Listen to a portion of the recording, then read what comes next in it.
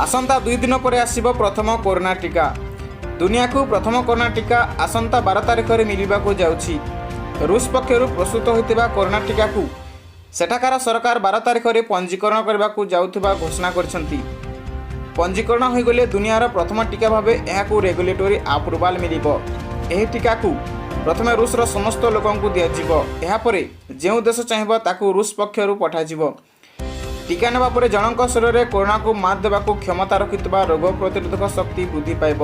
रूस गणमाध्यम सूचना अनुसार टीकार परीक्षा बेले मनुष्य शरीर में यार कौन क्षति करे नहीं।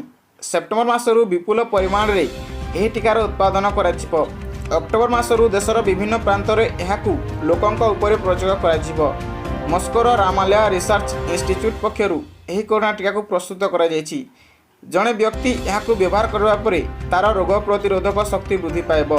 परीक्षा बेले जनापड़ी जे किसी लोक कोरोना को मात दे पारुथिबा बेले टीका नेबा परे ज्वर पीड़ित होउछंती। तेबे एथिरे भयभीत न होई लोक माने पारासिटामोल खाइले सुस्थ होइथिबे।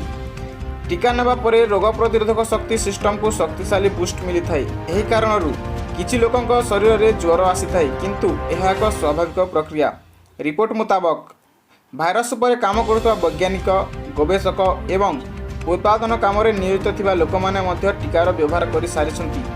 सेमानक शरीर में कौन भी पार्श्व प्रतिक्रिया देखा मिली नहीं। सेहीपरि सेप्टेम्बर मासरे डाक्टर मानकु कोरोना टीका प्रदान कर सेठाकर सरकार घोषणा कर सूचना मिली। वीडियोटी केमिति लागला कमेंट बॉक्स रे जणांतु।